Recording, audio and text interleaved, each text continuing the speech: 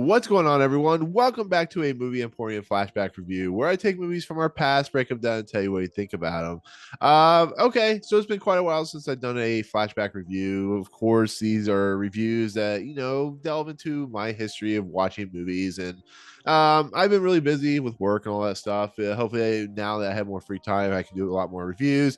There will be a lot coming, even though this will be months down the road if you've watched it. But June has a pretty big slate of movies. On top of there's a 30th anniversary of Jurassic Park coming down the road, which I will do a review for. But today is the start of a new series. It's been a while since I've done a series. I think I don't know, the Marvel Cinematic Universe or something like that. But this series, which of course we're gonna do either the all 5 episodes, because the first episode I did of my entire run of doing reviews was of course Mission Impossible Fallout. So I think I may redo that because I have of course a special host with me. But I wanted to go ahead and do all 4 or 5 movies. And with that said, we're going to start today with the first Mission Impossible movie, and I hope you guys enjoy it. I hope you guys are excited by it. But before we begin, as you can see, there is an animated person in the midst of our this review. This of course is my co-host of the Fifth Dimension, and she is awesome. She is fantastic. She puts out great reviews, and of course is Triv from Trivial Theater. How the hell are you? How you doing? Not doing too bad, but I'd like to know who this animated person is. I didn't see anybody else come in. Did I miss them? I mean, before we recorded, I swear I saw you coming down from the roof. I swear you were trying to install a security system so I didn't take your theater away from you, or you inked my drink, so I was throwing up in the bathroom. I don't know what's going on, but all I know is you're here. You're the most animated person I know. So I mean, there you go. Yeah. Well, that's a typical Thursday. I do that to you every Thursday, whether you notice it or not. Right. Oh, that sounds weird. No, I'm kidding. Yeah, so anytime you have diarrhea, you can blame it on me. There you go. But anyways, Mission Impossible to me is one of the greatest action franchises of all time. It's I haven't ever seen the I don't know if you, Triv, have you ever seen the 60s TV show? Have you at all? I haven't actually. I mean the theme is iconic. I think even if you haven't seen it, it's oh yeah. Yeah. Or even just the animation. I think there's enough references in pop culture. It's kind of not that it's on the same level as Star Wars, but between like the credits and the music, I think you know them even if you don't know them. I'm not familiar with the 60s series. I do know they only brought one character over to the original Mission Impossible movie they actually Jim Phillips, the character that crazy old John Voight plays is from it, but Ethan Hunt was ironically Ethan Hunt's character was only in like 2 episodes. Like 2 or 3 episodes. He wasn't like a major character, but Jim Phillips was the major character in the series. So as we see what happened to him. But no, Mission Impossible as a series is of course based off a 60s television series. It's of course one of those, we talk about this in the Twilight Zone, but the 1960s had a way of doing a lot of espionage TV stuff, a lot of sci-fi stuff, a lot of the same stuff over and over and over. And Mission Impossible was in that realm with stuff like The Prisoner and The Fugitive and stuff like that. Where Get smart.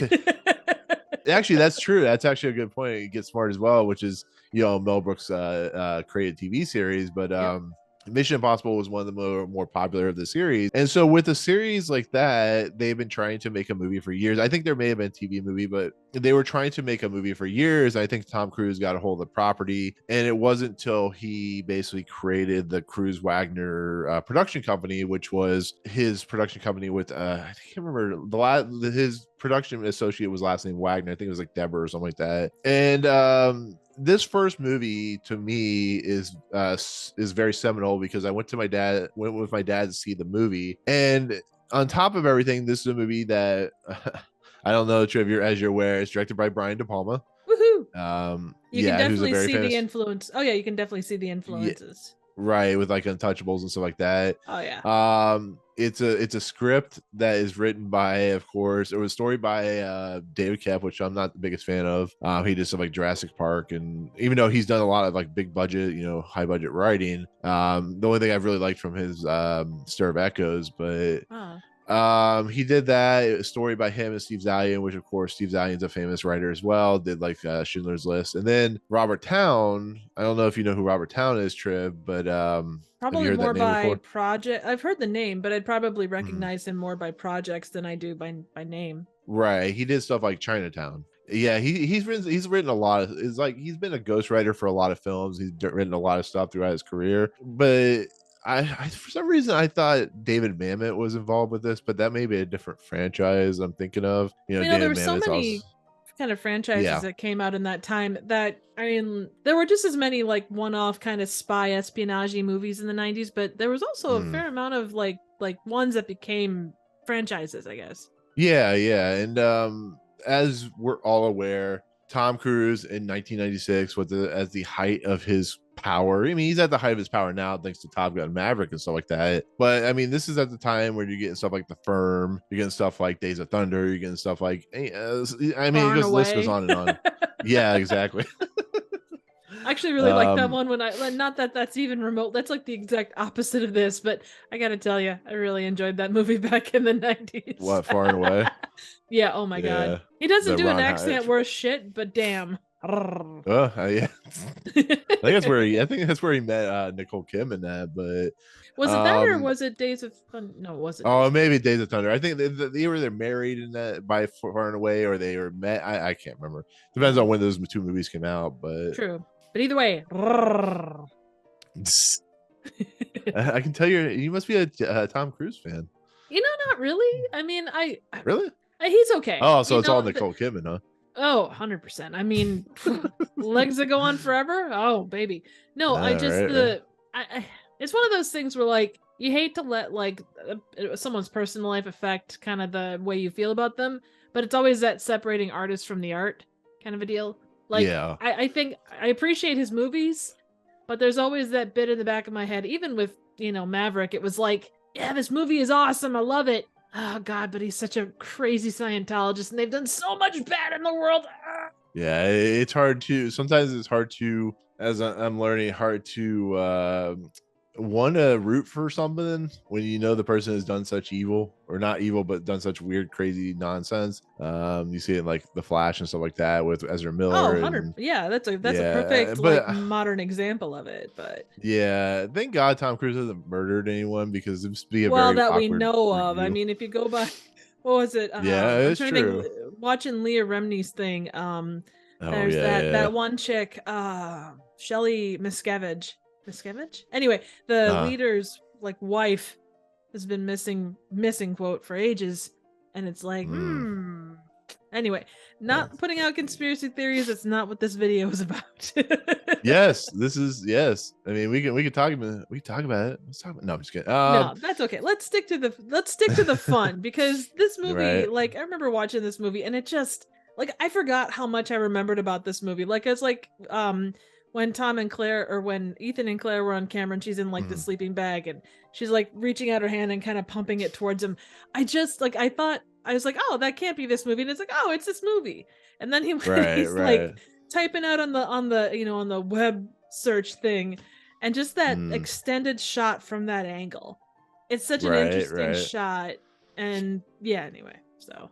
No, I mean, this is a movie that came out May. I was looking at Wikipedia. I'm looking at Wikipedia for dates and stuff like that. It came out May 22nd, 1996, which would have put me at, let's see, I was born in 82, 92, so it put me 13 years old when this film came out. You're an old fart, you know that? Yeah, well, yeah, I'm 40 now, so I mean, we're talking. This is the funny part. I get. Well, I'll talk about this more when we get to Fallout. But when I did my Fallout review, that we're talking, that's when Mission Impossible: Dead Reckoning Part 2 comes out. It will be 5 years almost to the date, and that's almost 5 years to the date when I started my podcast, or I mean when I started my review channel. So nice, that's awesome. Yeah, it shows. Yeah.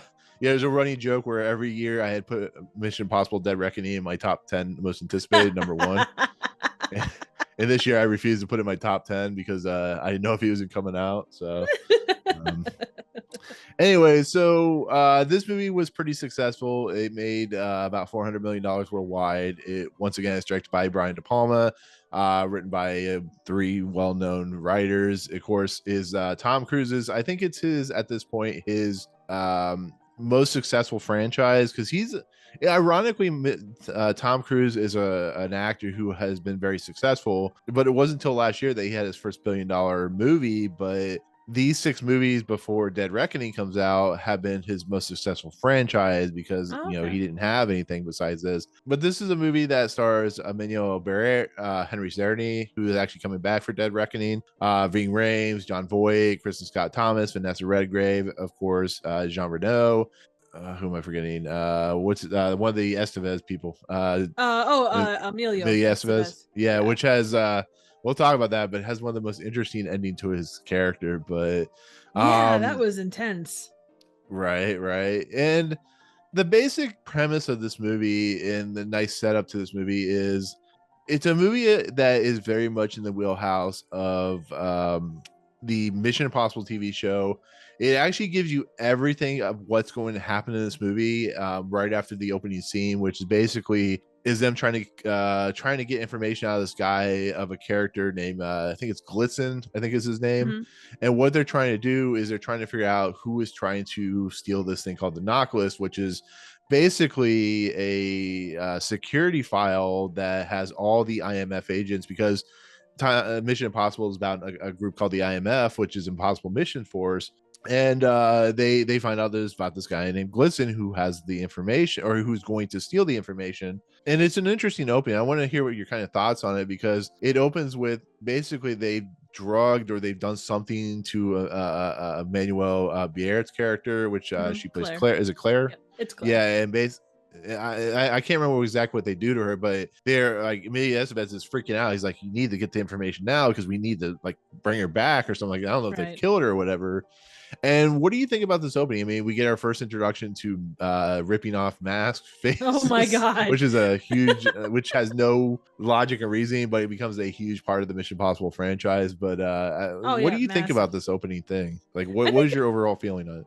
I think it works pretty well. The only thing that always kind of gets me about that was like the fact that it's on a set, basically. Like, how do you get the guy, unless he's like got a cover over his head? How do you get him into that space and go, yep, this is clearly a hotel room, not a set? I think it's they either drugged him or they got him really drunk, because he is like sloshed. Looking at him, absolutely. I mean, it's crazy how drunk he is. But I mean, like from the moment go, this whole thing is about how quickly and how intensely we can get through the different action set pieces. And this is one where they're constantly like tapping their watch, like, come on. So well, I mean, that's the thing too.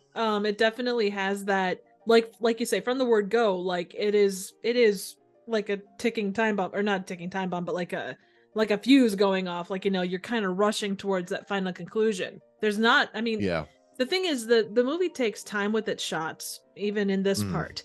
Like, nothing is rushed, really. Like, the shots are, you see them, there is that sense of urgency, but the shots aren't rushed. They take the time to really set everything up.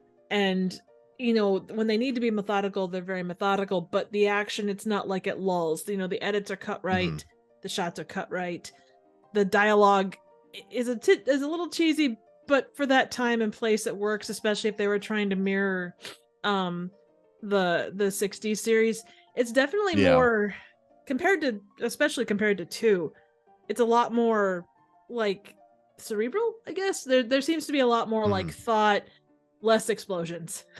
It's mirroring, as far as I've read and concerned about the opening with the Paramount logo and the music is the opening of how most of the episodes of Mission Impossible took place. Nice. And Brian De Palma is known for his action is more cerebral, as you've mentioned. It's not John Woo, it's not Christopher McQuarrie, it's not Brad Bird or J.J. Abrams. There is a almost like kind of slow burn style with a lot of like interesting set pieces. The problem with what this film becomes is the overarching whodunit, which does ruin the movie a little bit, and we'll talk about that as we go along. But it leads into the probably one of the most famous openings with the lit match. After they've saved Claire's character and they get the information they need, it goes to the lit match, which is very well known, famous for Mission Impossible the TV series, and it gives us what I think is, so they do it every once in a while. Some of the episodes or the movies, they don't do it, but they give us shots of the movie, and they give us like Tom Cruise and then the Mission Impossible logo. But I don't know, how do you feel about like being given they're basically giving you everything you need to know about who's the bad guy, what the bad guy, or what the players are, who's going to be in this movie, what the action set pieces are in a matter of like less than a minute. And what do you think about that? Like, what is like, to me personally, I think it's actually clever, because even though you see all these pieces, you're never actually you're given enough, but you're not given enough that you're really kind of paying attention. Right. And I'm curious of what you think about that. Well, and I had to look up the trivia on this, because I guess I paid attention to what was going on behind, but not like hardcore. Like and it's been forever since I've watched this, so you kind of forget if you did know it. But it gives away 7 major plot points from the movie in those scenes. Yeah. But yeah, I think if you were a one-off watching this, it's like when they hide, it's like Easter eggs. If you know what it is, if you've watched it, or if you know the ins and outs of the movie, you're going to look at that and go, oh, there's that thing. But for something like this, if you're a first-time viewer, or if you haven't watched it in a long time, I do think that is kind of a surprise. It's like, oh, cool. Yeah. And I think, as you just said, what's great the first time is these come like surprises. They come, you're not thinking about it. You're kind of going for the ride. The problem becomes, and as this movie moves along, and the things I start having a problem with, because I think this movie out of the franchise, it would be my number 2 compared with like Rogue Nation number 1 and stuff like that. The problem becomes is the things that the character motivations and the things that start happening are clever, but they start kind of off tilting themselves. For instance, with like Jon Voight's character and Emmanuelle Barrett's character and all these individuals, when they come back into the mix, and it's not spoiling anything. I mean, you've seen this movie's well watched at this point, right? But when you start seeing these things, it almost feels like they were stretching a little bit with like logic and reasoning.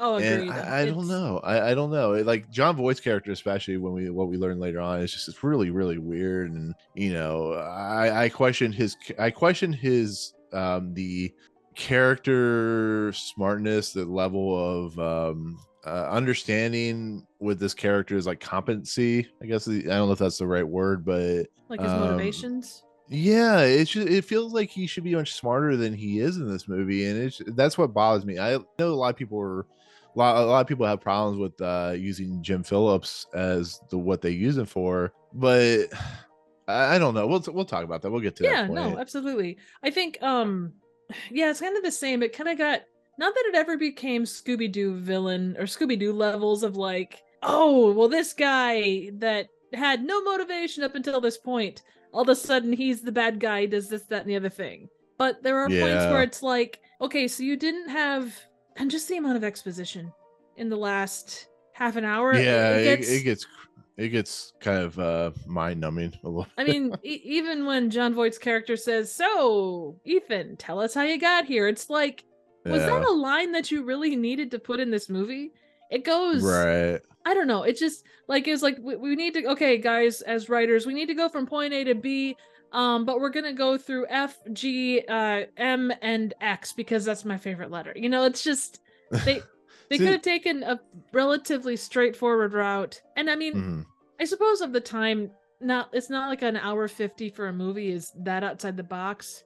But there was stuff that wasn't really relevant. Well, that's the thing. Like we'll go back to Robert Towne. Robert Towne's a well-respected ghostwriter / writer. He won an Academy Award for Chinatown. But if you watch the structure of Chinatown, it's very similar to the structure of this movie, where we have a character that gets pulled into in Chinatown as a guy gets pulled into the whole idea of water and the systems of LA and stuff like that, the corruption. And the very end of that movie is the big twist of like the rape and spoiler, the rape and incest and stuff like that. And there's this whole big exposition dump that comes in that movie near the end of the movie. And then it kind of like, not unlike this movie ends completely differently, but it's like, oh, Jay gets Chinatown. He's kind of pulled away. And he realizes that there's nothing he can do about it. It's the same thing here. It's like the expedition jump is so prevalent and happens so quick and fast. And then it just like, you're like, wait, what? What?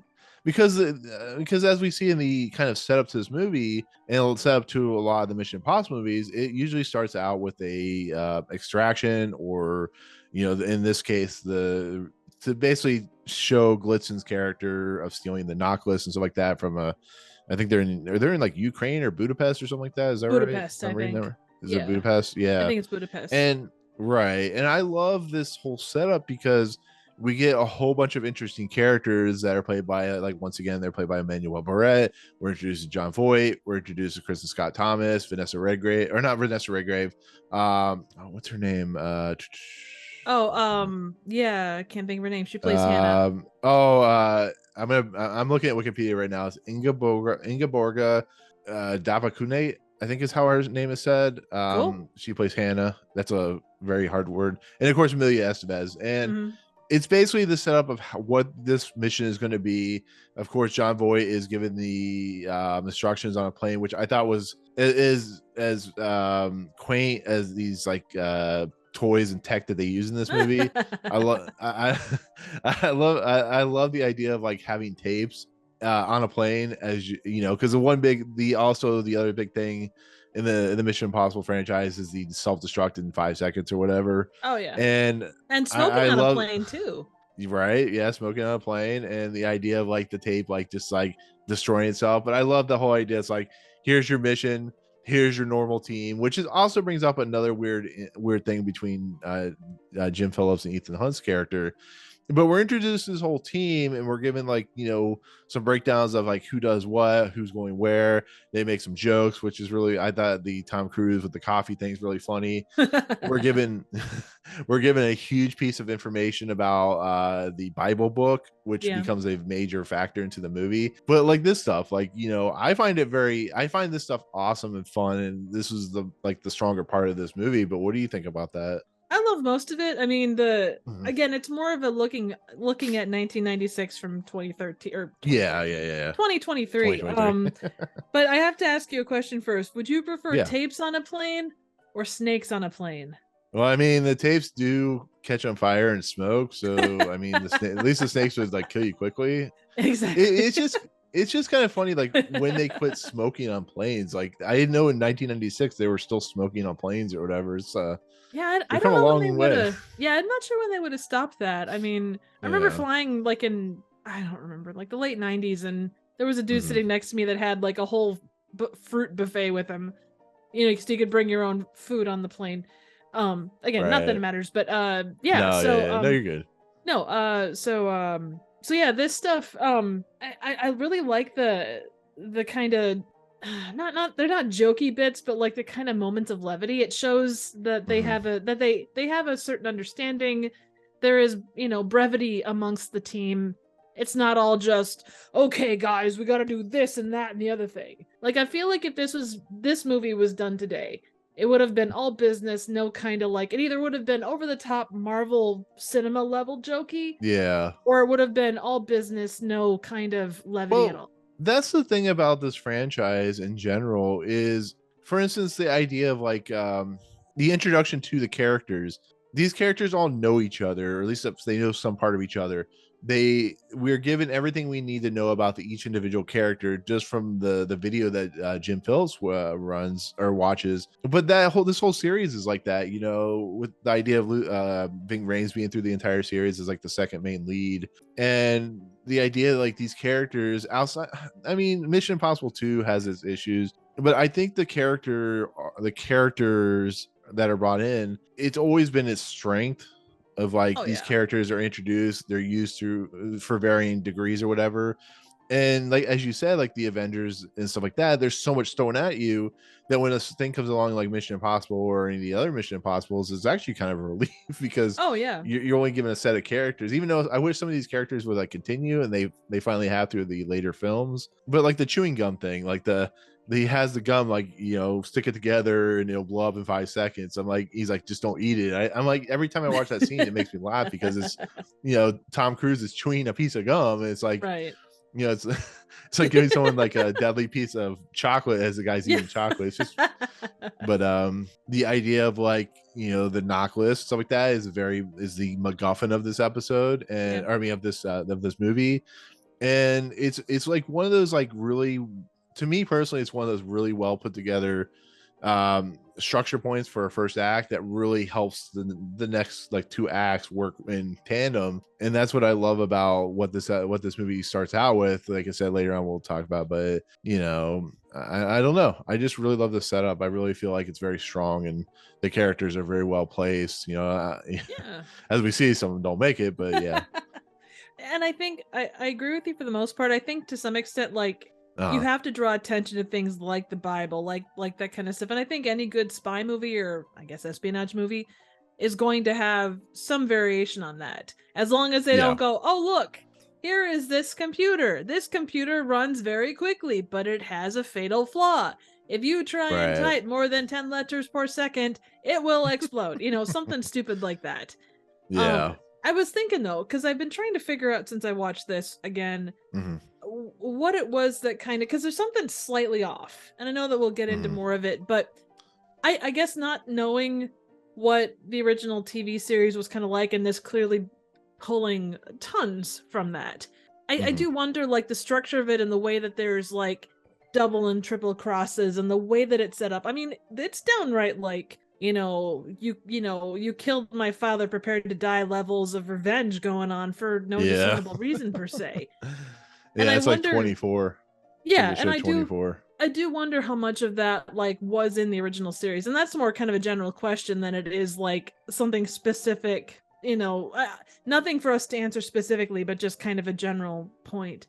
Yeah, I think the whole purpose of the series, it's supposed to, is according to what I'm reading, it's a continuation of the it's kind of canonically set about 6 years after the 88. I guess there was an 88 sequel series. I didn't realize. Oh, nice. But I guess the motivations are a little weird because from what I hear, Jim Phillips' character was a pretty straight arrow guy that wouldn't have done what he did. So I don't know if this is a way to have Tom Cruise have this be his like starring vehicle property and to kind of focus on him, because once again, Ethan Hunt's a character that really wasn't in a lot of the TV series. He was more of just another supporting character. So to bring him into this one and then eventually have him be the anchor point for this entire series is really, it's like Tony Stark, Iron Man was a B-level character before he became an triple A tier character. And it's just weird, like Hollywood and how they, you know, I don't know if this was a Tom Cruise idea.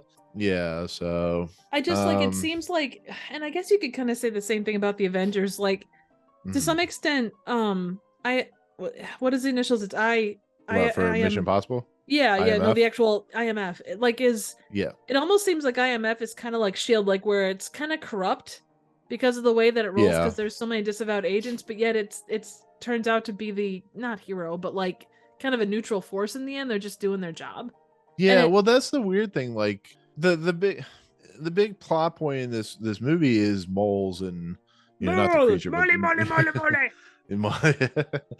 but the whole big plot point is Henry Czerny plays Kittredge, and there's a investigation going on. But there's an investigation going on that we find out later on, which is actually cleverly planted in the scene going on. But it's just really weird because that kind of stuff just kind of comes out of nowhere, and maybe you're supposed to be kind of in the dark through most of this. I think so. letting the story breathe. And I guess it's really interesting to kind of break it down and think about it, because it kind of doesn't make a lot of sense through some of it. And the other thing is, and this is, I'm not trying to be like pedantic, but that was kind of the 90s. Like a lot of what was done then, it didn't necessarily make a whole ton of sense. It's like I don't know. Look at, and I know Ocean's 11 was more kind of 2000s, but look at all the crap that happens in Ocean's 11. Like, Oh yeah, that movie much of that that movie is makes so sense. unrealistic. Oh, Yeah. I know. And Or the Bourne movies. I yeah. mean, for God's sake. You know?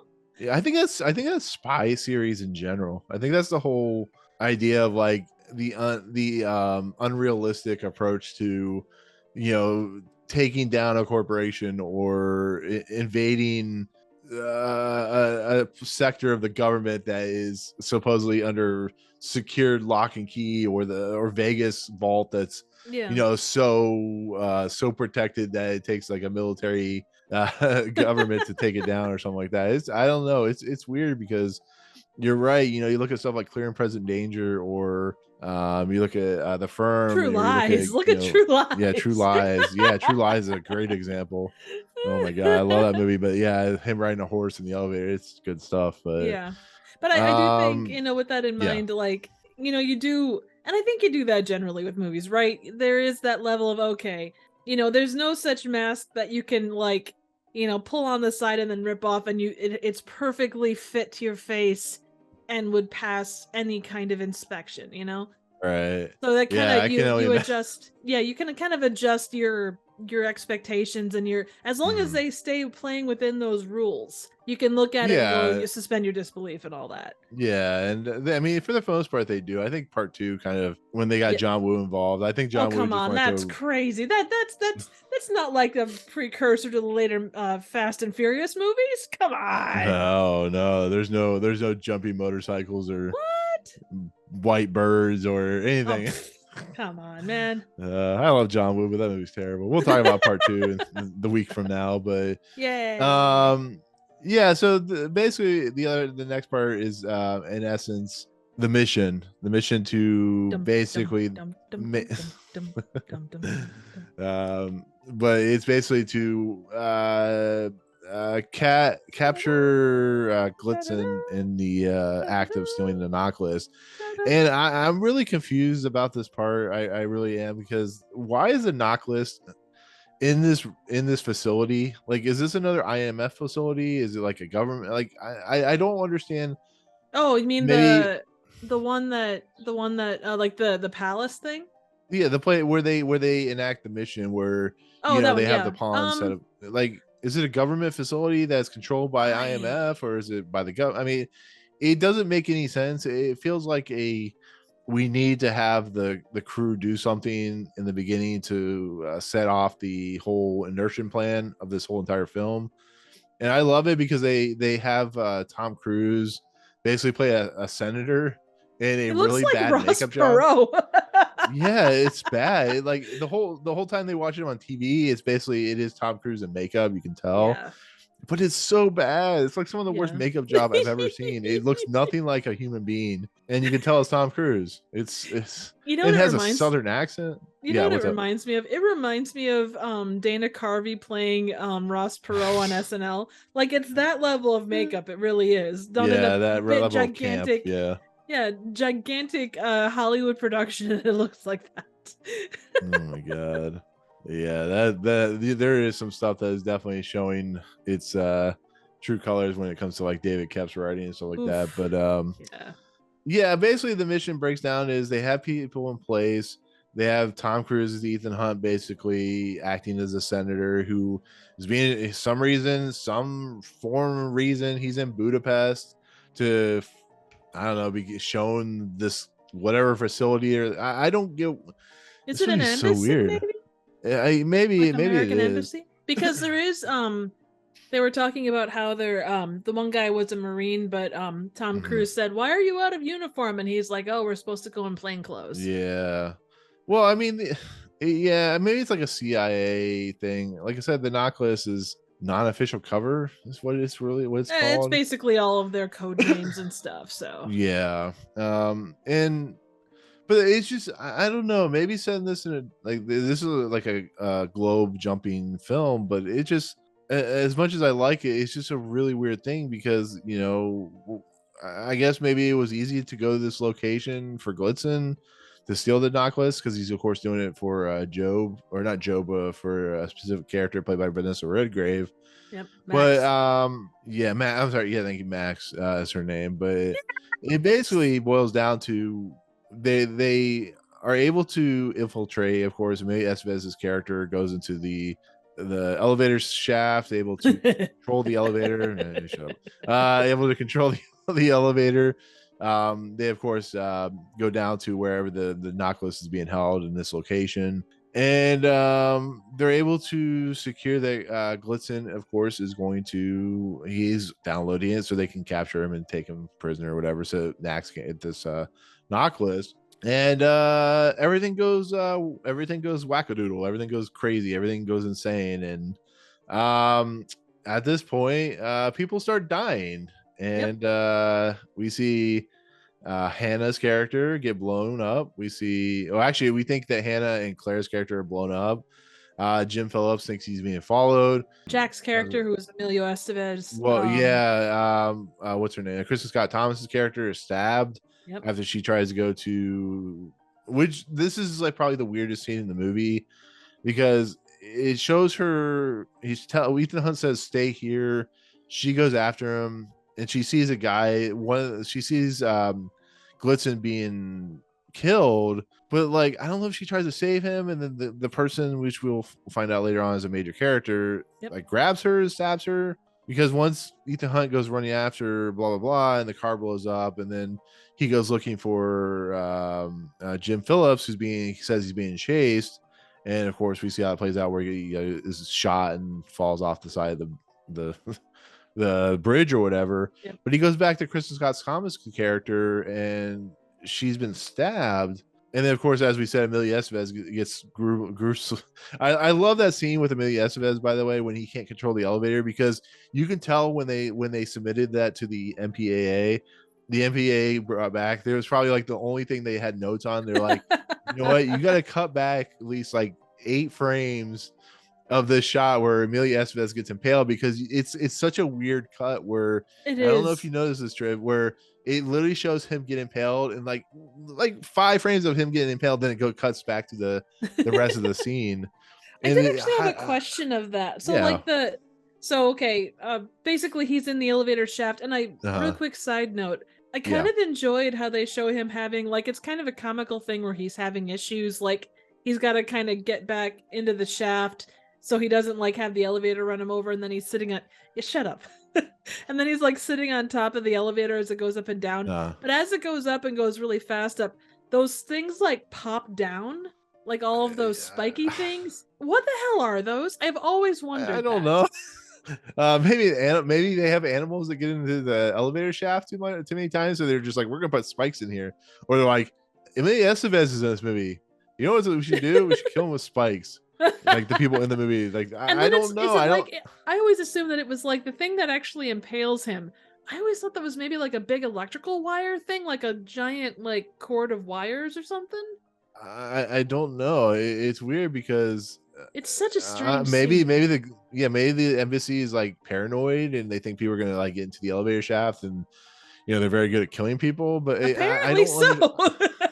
I guess I don't know. I honestly don't know the answer to that question. And it's very weird, because the rest of the deaths that happen, the rest of the IMF crew that's killed, it's not that, it's like unremarkable, like explosions and killed by gun and stabbed. I think the stabbing scene's a little weird, and especially who's the one who's doing the stabbing. But it's just that elevator scene is great because, like I said, it's like 5 frames of you see him get stabbed in the face. But why those are there, I don't know. Maybe for effect. Maybe you're like, we need cool spiky things. I don't know. I mean, it's like I feel like the person that wrote that scene had a total hate boner for Emilio Estevez.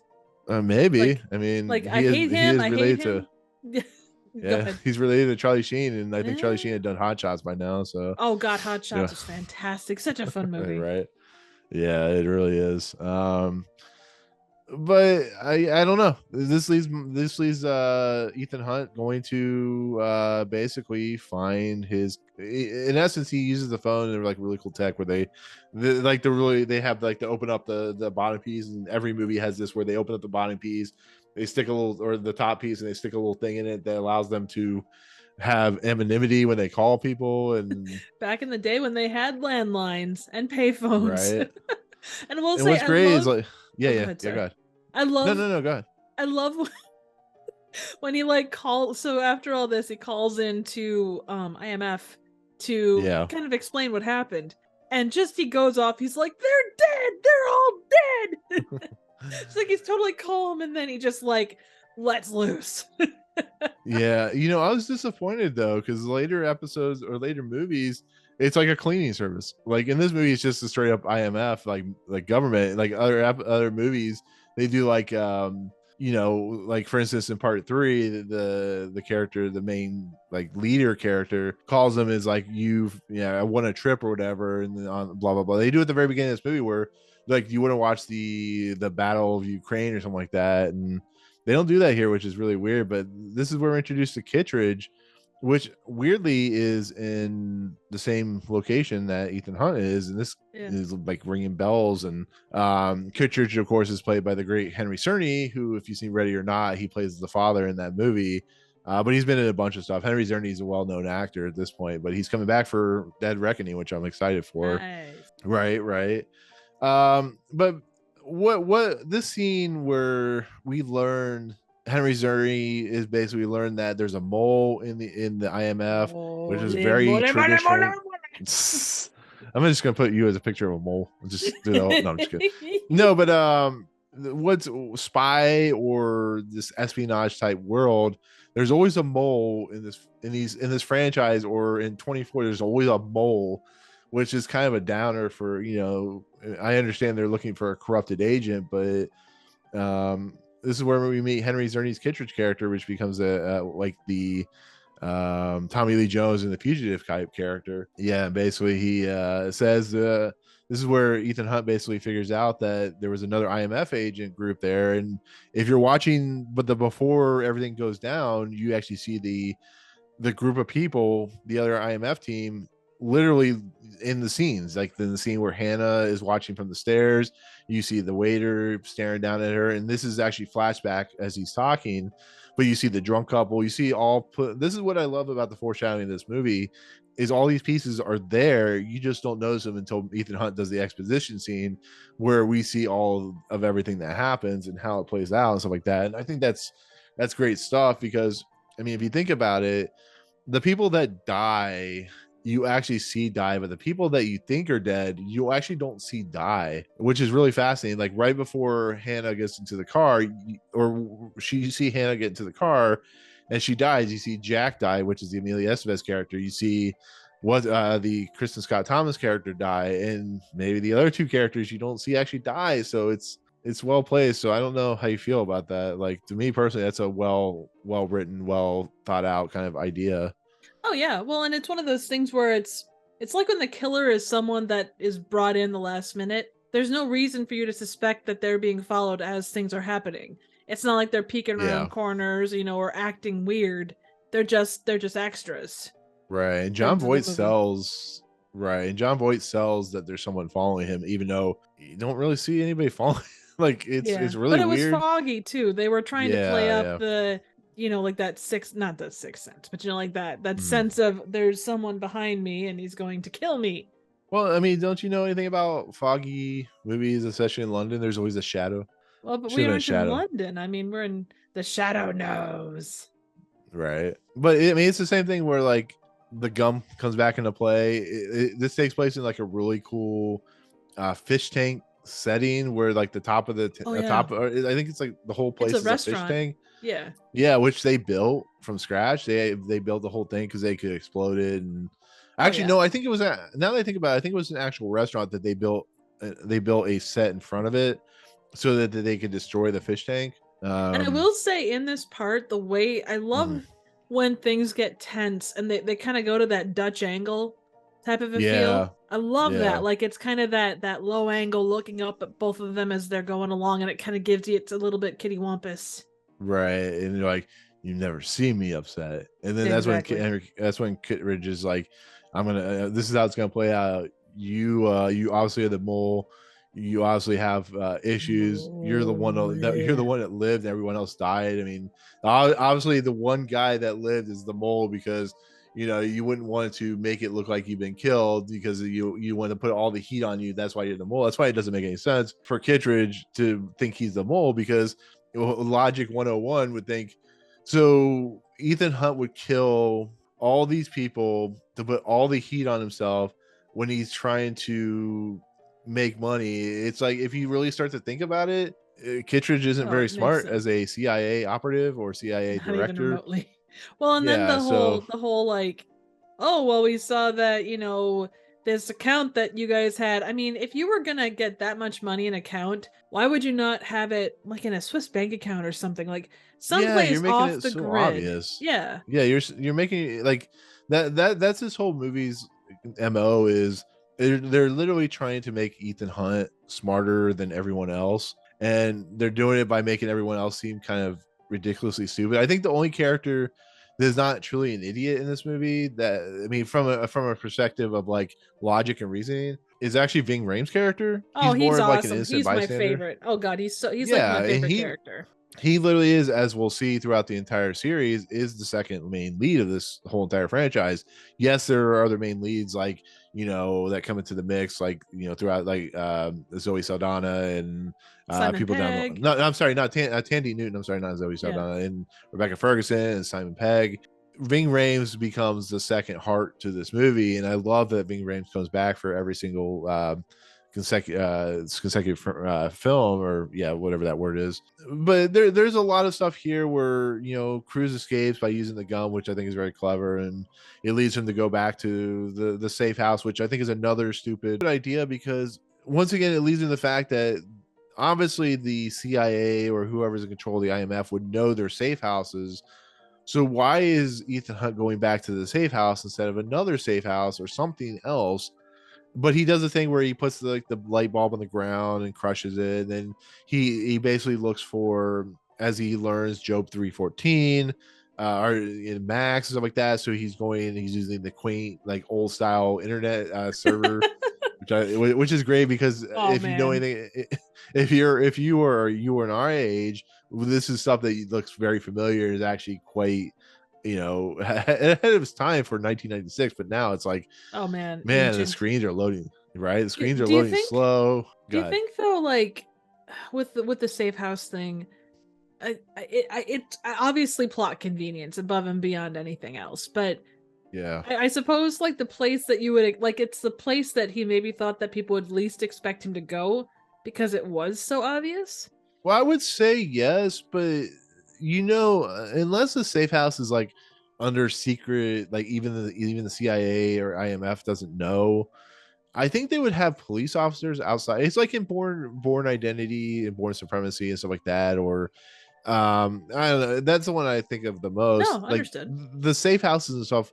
Once he is found to be in that specific location, once Chris Cooper's character finds out he's there are cops and police swarming that. The Fugitive is a perfect example, where once they figure out where Harrison Ford's character is hanging out and where he's hiding, the cops swarm that place and they get information. So I guess it doesn't make any sense, and it's this movie's problem, that even though I still love this movie, like I said, but the movie's main problem is it just the logic and reasoning behind that the ideas of where they are, and the fact that the CIA feels like they're like always 3 steps behind, even though they should be like 4 steps ahead. Maybe it's the maybe we're led to believe that Ethan Hunt's just like a superhero, and he is at this point. He is a superhero, the way he jumps out of planes and gets hit by lightning and survives and stuff like that. But I don't know. This being a safe house, it feels a little weird because there's no security outside of it. There's no locks to speak of. They don't have like hidden, because like when he went looking for cash and he couldn't find cash, he raided people's bags, but there was nothing. It's weird because it kind of was on both sides of the fence. Like he found a gun inside of a flower vase or like an urn thing. He had all of his passports, which I'm sure was probably in his like bag or in the various bags of people. But yeah, as far as like if that was an actual safe house, I feel like there would have been like hidden cash. There would have been a lot of other things there that he could use.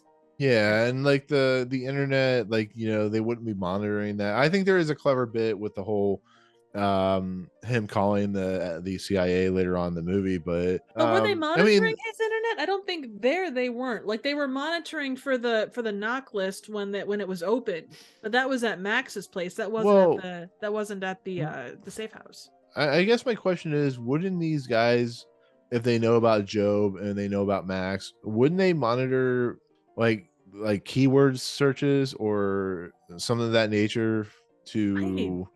That whole thing. I know that I they were guess I'm doing looking chat too rooms. far into this. No, and that's the thing. I think it's like on the Twilight Zone. We're not that we're critical in a bad way, but we are critical of things that we wouldn't normally necessarily be critical of.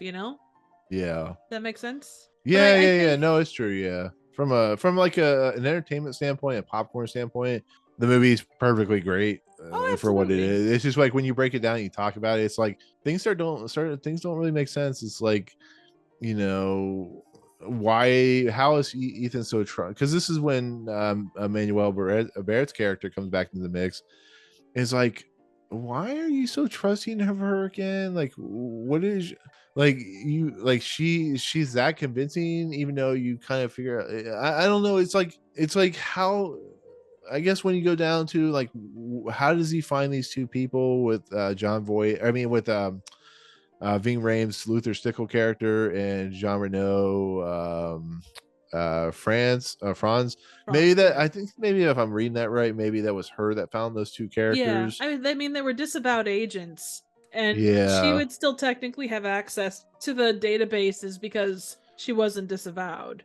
Yeah, and I guess the major plot point with John Reno's character kind of makes sense of why he would be hired. I don't know. I didn't think about that. I guess that makes sense. I mean, that would be my thought. And as far as when Claire comes back to the apartment or the safe house, he does frisk her. He pats it. He does all this stuff, and he's like, and it's one of those things where he kind of goes off again, and he's like, "They're all dead, Claire. They're all dead," and she's just like, "No, he's dead."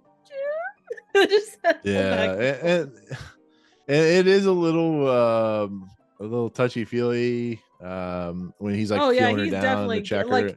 He's he has her like behind like he's like TSA levels of like pat down. Yeah.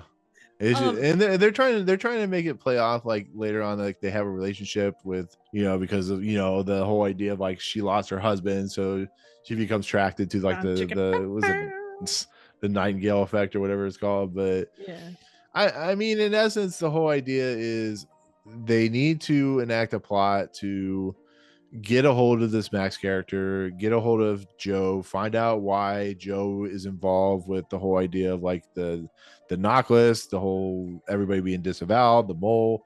It leads them to finally getting a hold of Max, who I think it's really clever of how Max needs to introduce herself to Job and stuff like that. She thinks this is a Tom Cruise character with the match and the thugs and taking hostage basically Ethan Hunt's character. Is I think that's when Claire goes looking for people in the disavowed list because they need to break into, because if I remember everything right, everything needs the set in motion to them going to Langley and stuff like that. But what's great is we're introduced to Vanessa Redgrave, who is a famous actress. She's classic. I love Vanessa Redgrave, very famous. Is she? And I always forget. Is she? No, Goldie Hawn is her mom. Who is Vanessa Redgrave's kid? She's got like a famous kid. Her kid remember. Natasha was married to. She's the one that passed away. That was married to. Oh, Natasha not Henderson, but yeah, whatever. Yeah.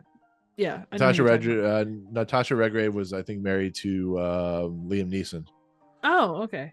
She died like in a skiing accident. Oh, you're right. You're right. Okay, I've got my people mixed up. Right. Jolie Richardson is also well known. She's in Event Horizon and 101 Dalmatians and cool. But she actually her partner Vanessa Redgrave's partner was Timothy Dalton.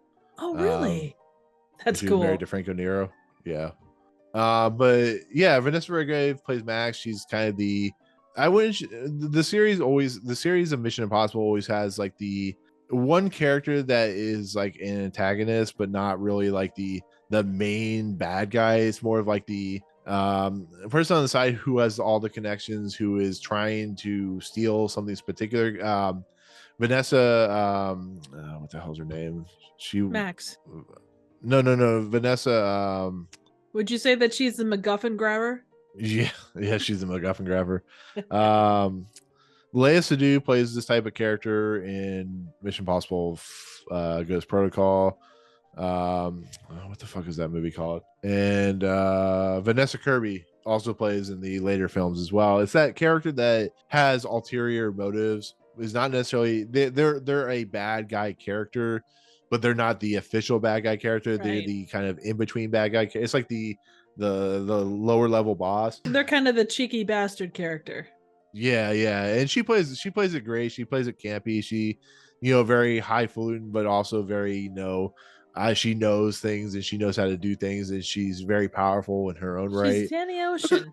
Yeah, I mean, yeah. She's like the what's his face, Elliot Gold character. Oh yeah, absolutely. Elliot she has all the connections. Yeah.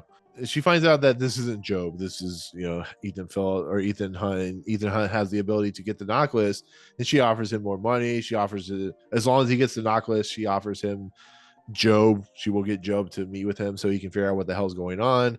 Mm-hmm. And it basically leads the CIA tracking him and blah blah blah. That whole scene, whatever. I really the whole Kitchers thing. It's just there to have a foil of some sort, not the bad guy, but to kind of have a way for Ethan Hunt's character to have some closure. You mean the MacGuffin grabber?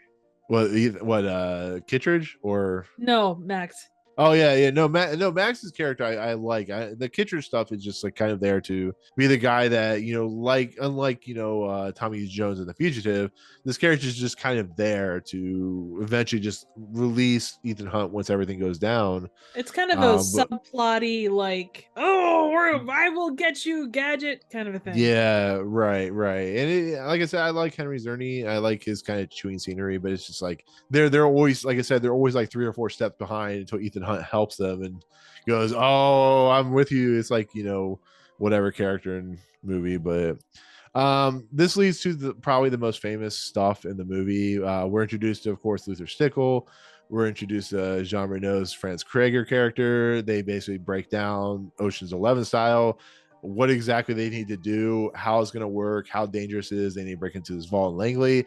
That is basically the most secured vault, and like more secure than Fort Knox. And like, if something touches the floor, it causes an alarm. It causes whatever that is to like go in containment. Oh, it's like pressure sensors. There's like pressure sensitive floor. There's like heat sensors. There's a laser grid on the ceiling.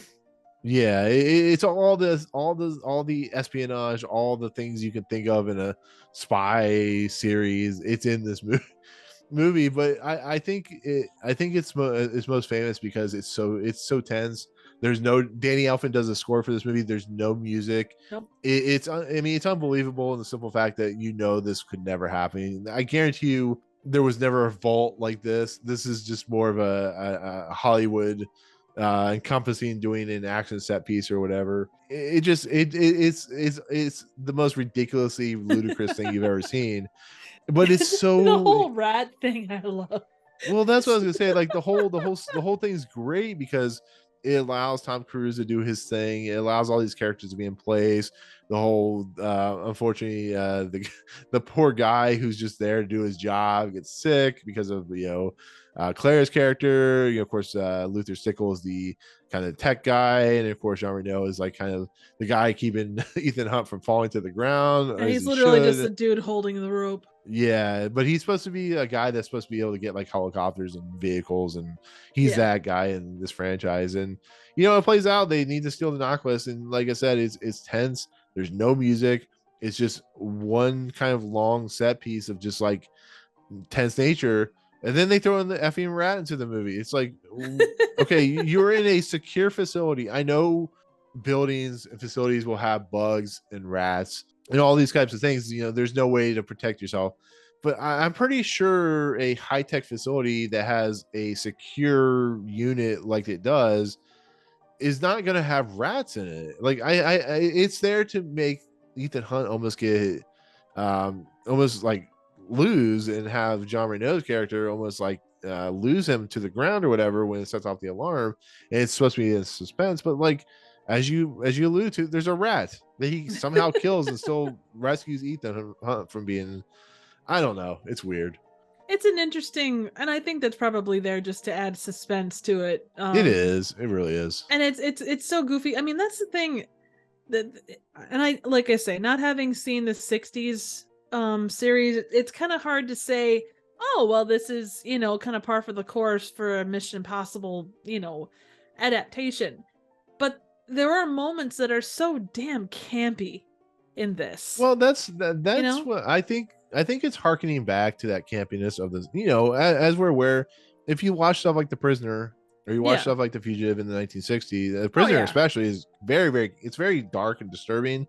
And I'm sure Mission Impossible got dark and disturbing, but it's like Get Out or Get Smart. There's a campiness to it that I think the writers and Brian De Palma were trying to put a touch of, we're trying to touch and feel and make it feel authentic to that nature, because as we learn later on, and we'll see in the other movies, it feels more logistically sound than this movie does. And it's on the fact that, you know, just using over the top and silly set pieces, and, you know, getting into that campy nature of the 60s. Like I said, this takes place 6 years after the 1988 series, and it's just, I don't know, it is what it is. But the rap, man, it's like, it's so weird. But even so like weird. Some of the music choices, it's a very, there's music in this that it's like, you know, more power to him for and being ballsy to pick like this music to handle with this scene, you know, kind of a thing. Yeah, I mean, I like the fact that there's no music in no music in that particular set piece. I just meant generally, like there's places where the music is super kind of, not that it's cutesy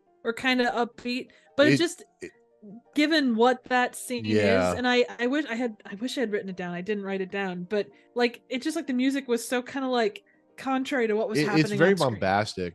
Yeah, it's very bombastic. It is Danny Elfman doing the score, and Danny Elfman.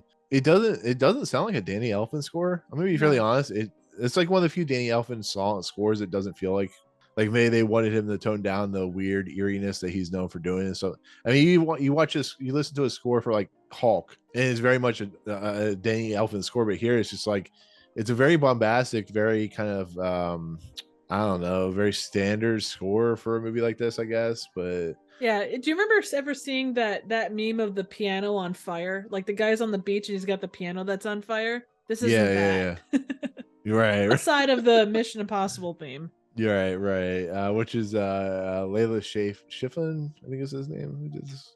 Yeah, I think that's what his name was. But one other thing, real quick, I love the fact that they got a freaking fire truck. Where the hell did they find a fire truck? And especially a fire truck that comes out. It looks like it came out of the 60s. I know. The fire truck itself. Oh my god. Like, well, no, but it leads into the fact of like, how stupid is the CIA to believe a fire truck from the 60s would just be the one that would respond? And I don't know how you feel, but once again, I feel like if there were an actual fire, the Pentagon would have on site. No, sorry, Langley would have on site. Well, that too, and like they would be calling like, "Did you guys send a fire truck?" I don't know. It almost feels like the CIA's play for fools in this. Oh, they totally are. I mean, and but you look at a lot of that stuff, like those, like in the 90s, whether you're talking about figures of authority, so like parents, cops, by and large, there was that slightly stupid aspect to them, you know? Yeah. And that I mean, as we see the bullet train stuff and everything about this movie is just like, it's bombastic. Sure. Well, yeah, bombastic bullet train. Green screen definitely looks dated at this point, even though but it doesn't look as bad as some of it though. Like if you take something from like 96 versus like something done in, so say like the Star Wars prequels, there's a huge difference in quality there, because you do still have a lot of practical stuff with Mission Impossible. Well, that's true. I mean, John Knoll is actually the supervising visual effects artist or visual effects supervisor, and he, of course, worked on all the Star Wars stuff. This is, of course, an ILM production. They did a lot of the visual work, and John Knoll, of course, he was one of the creators of Adobe Photoshop. But nice. Yeah, so they're able to steal the knock list. The poor guy that was the one that was poisoned. he gets sent to Alaska. Apparently he's supposed to be in the movie After Dead Reckoning Part 1. So that's cool. They're gonna bring him back. Maybe they'll send him back to Alaska again. I don't know, but I did laugh at that scene because this poor guy, he's like an innocent bystander, but because they were able to infiltrate this room, Kittredge was not able to stop him. They're like, you know what? Send him to Alaska. We'll mail his stuff with him and stuff like that. And like this guy probably has a family.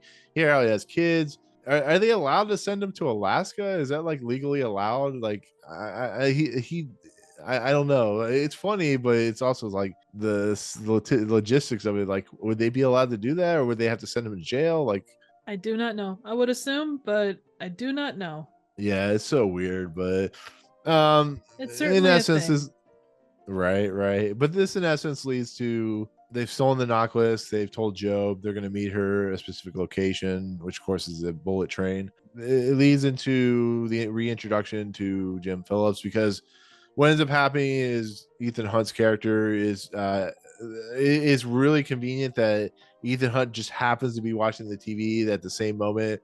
I don't know how you feel about this too, but I'm pretty sure Ethan Hunt's parents wouldn't be on TV being arrested. That'd be like a local thing. I don't know, but you know what? They had to make sure. Yeah, they definitely chose an interesting way to do it. It's because they were in London at that point too. You would have had to like. That's not something that British news would traditionally, do. Yeah, you're a person that's lived in overseas in England and stuff like that, and I don't know. It's a way to get from point A to point B in that next scene, where after everything's said and done, and he's handed Luther the dry to hold on to because he doesn't trust John Reno's character. This is when the Bible comes back into effect, when he reads the Drake Hotel in Chicago, which I don't even know if it's a real hotel in Chicago. Oh yeah, it definitely is. It's like the Plaza in New York. Oh, so it's very famous then. Yeah, it's like where if you have money, like back in the day, that's where you went. Right. And we get a voiceover clip, Drake Hotel Chicago, blah blah blah. The thing with the parents on the TV, it leads him to go to the terminal station because he's starting to put the pieces together. It's not, if you're paying attention, you really kind of think about it, you can kind of put the pieces together, what's going on. But it leads him to go call Kittredge, because basically what he's doing, what we've learned, is he's calling him to bring him to London. He's actually he knows that Kittredge and everybody's doing this as a way to bait Ethan Hunt's character, but Ethan Hunt, who from reading that Bible book and everything that we learned in the beginning, basically goes to call Kittredge because he needs Kittredge to as a second kind of because he can't trust anybody. He needs Kittredge as a second person to realize that he's being betrayed. And of course, the big reveal: Jim Phillips is alive, which it should automatically send warning and red flags and stuff like that to Ethan Hunt's character. It's like, I know you can be shot and you can survive, but it's just like, it's so convenient that Jim Phillips is like knows he's in London. He knows everything that's going on. And then as they're talking, I want to know your thoughts on this, but as they're talking, Jim Phillips is just throwing up his whole plan to Ethan Hunt, and Ethan Hunt is basically putting the pieces together. He knows that Jim Phillips is a traitor in the mole, and we're seeing the shots of like how people died, who was involved, especially with Claire and Ethan Hunt. I mean, with Claire and Jim Phillips, and it's just like that bad guy just like monologuing. And like, what do you think about like that whole? Because it's basically at this point you just know Jim Phillips is the mole. Claire's involved. You don't know John Reno's involved until you see him come with a helicopter. But I mean, what do you? Oh no, I'm sorry. You do know John. Yeah, you see him. He's the one that stabbed Kristin Scott Thomas's character. So the pieces are put together at that point. But like, what do you think about? It's one of those things that, again, it's exposition heavy. He could have kept it. The fact that they had to go back, like you could have shown flashbacks of what was going on, as he's kind of like, well, I tried to stop him, I survived, but by doing this, that, the other thing, like kind of have him saying one thing, but then you see everything else happening otherwise. Yeah, because again, it's a case of where and the movie works for the time. It certainly doesn't ever slack. It's a good pace. You're never sitting there bored.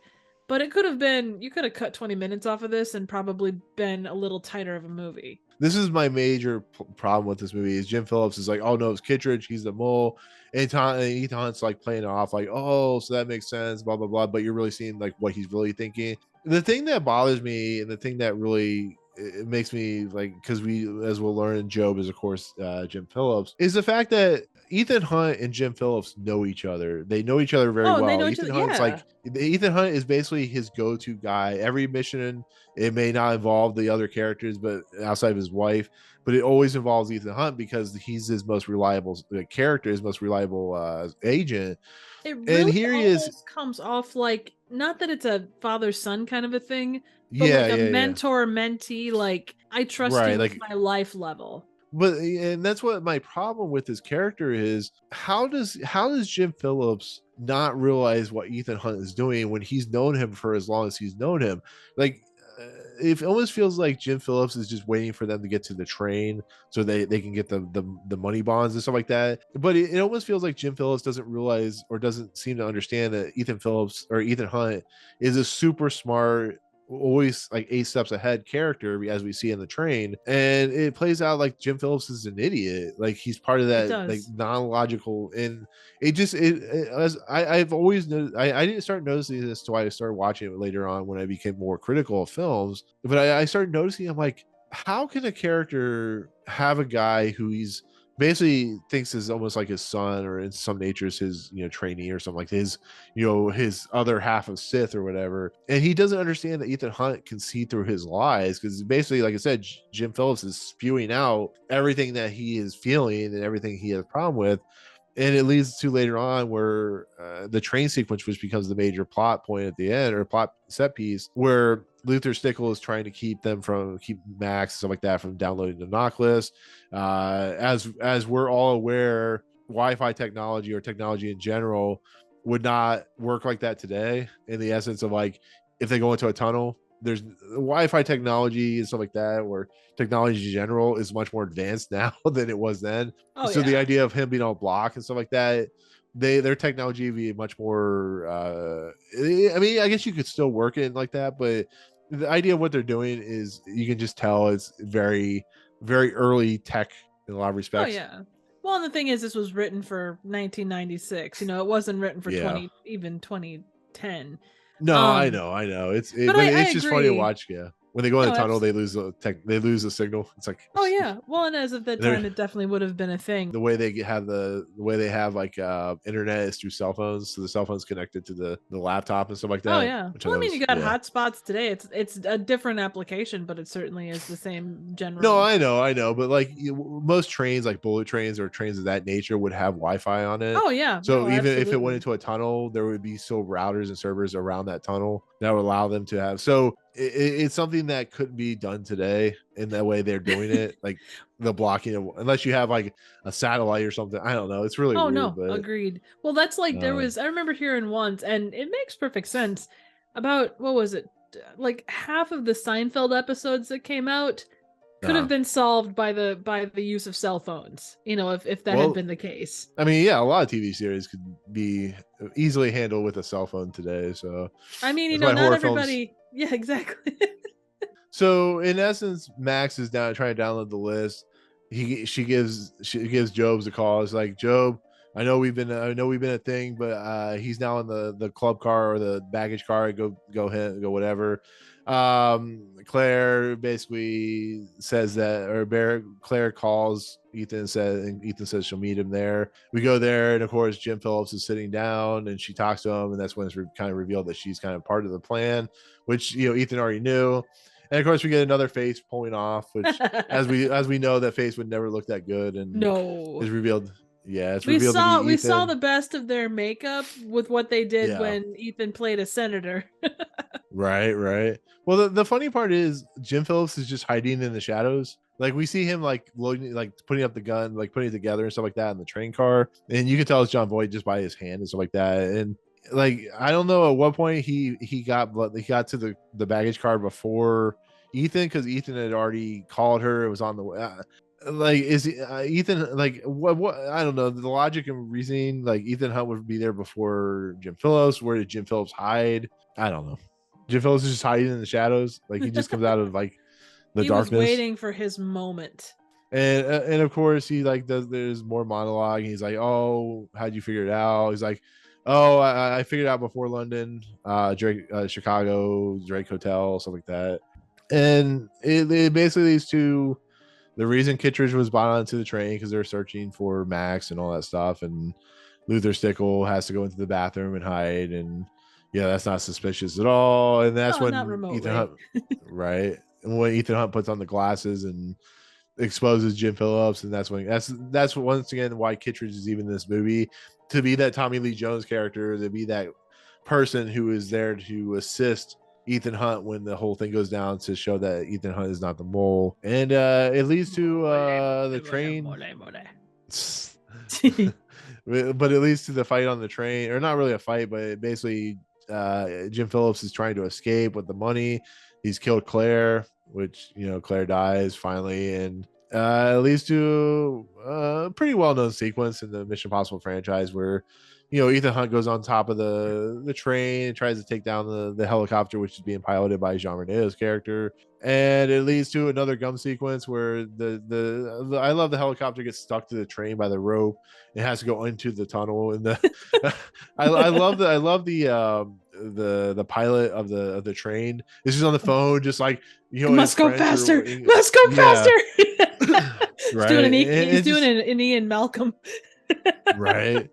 But because it's because it's whatever they're in the channel or whatever. But I just love that character because I don't know how bullet trains or trains work, but is there always a guy in the back of the train when the train's moving? I don't think so.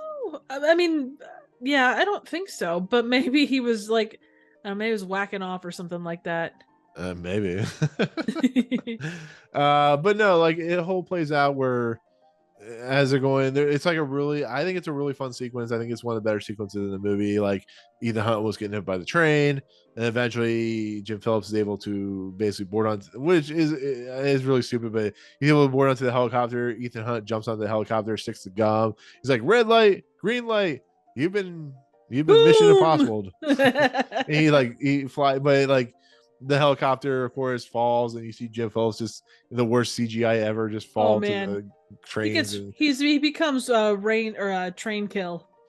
I can only imagine. Yeah, right. I can only imagine like I was watching Vacation today, and there's a whole sequence where the dog gets attached to the car, and the police officer comes up, and he's like, "Here's the leash. I'm gonna go back and scrape up the carcass for you."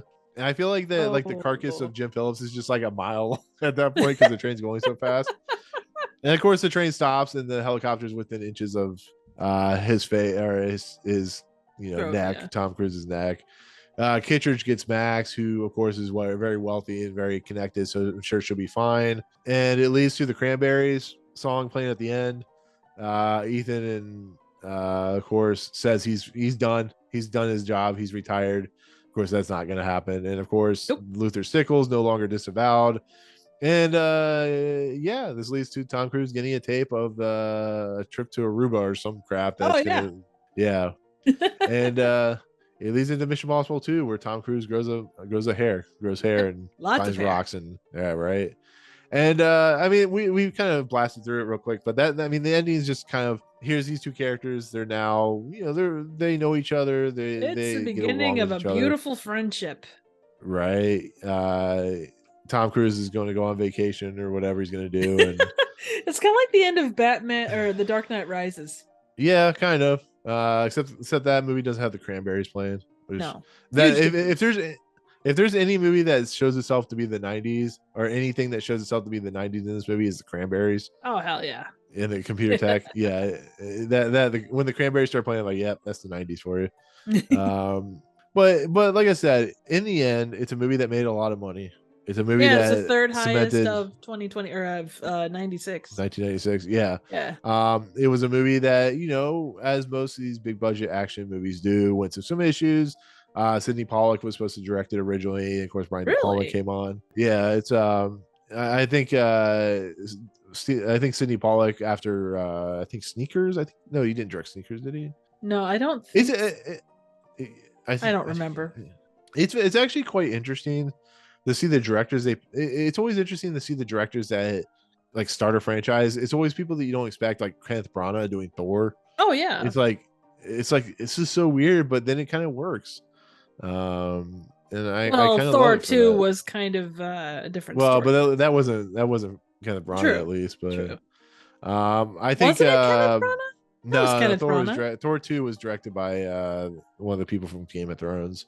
Oh, okay, never mind. I think The Firm had placed because he directed The Firm. I think that had placed Sidney Pollack wanted Tom Cruise wanted him to direct that. Fair. And then of course Sidney Pollack went on to do whatever, and then of course Brian De Palma was brought in, and I think overall, as we talked about, I mean, we were critical of it, but I think it's still a fun summer popcorn film. Oh, it is. I mean, it is the definition of a summer popcorn movie. You know, it's got that. It didn't have the explosions you would get from a lot of modern blockbusters, but it's kind of that sweet spot of it's kind of a great whodunit despite all the, you know, that in the words of MST3K, just repeat to yourself, it's just a show. You should really just relax. You know, it's kind of the.